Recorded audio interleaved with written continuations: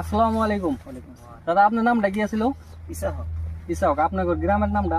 1 নম্বর আরমারি 1 নম্বর আলমারি, দরং ডিস্ট্রিক্ট। ধরুন তো আপনি যে আঙ্গর কোম্পানির মানে ওয়েস্টার্ন সিড কোম্পানির টিঙ্গল নামের যে কেরালাটা করছেন, এটা কয় প্যাকেট করছিলেন?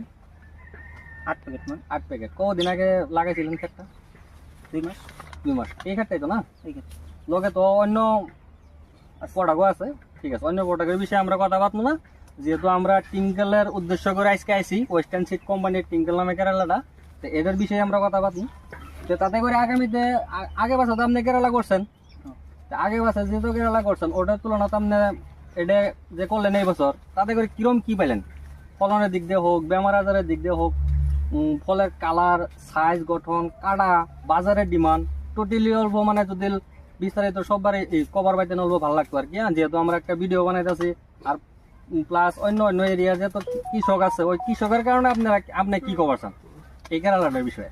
তো অল্প বিস্তারিত অল্প আপনি যদি কয়দিন আঙ্গর আরো কয়েকটা রিটেলার আছে আঙ্গর বালুগাঁও এরিয়া থেকে, ওরও আর কি শুনতো আর কি যে আপনার কেরালাটা করে টোটাল কিরম কি পাইলেন আর? ভালোই রেজাল্টও ভালোই পাইছে। আপনার কাছে কোনো বেমার আজারও নাই, তারপরে প্রোডাকশনও ভালোই পাইতেছি। কালারের দিক দিয়েও ভালো, মালের মালের এটা কালার growth আছে, ভালো,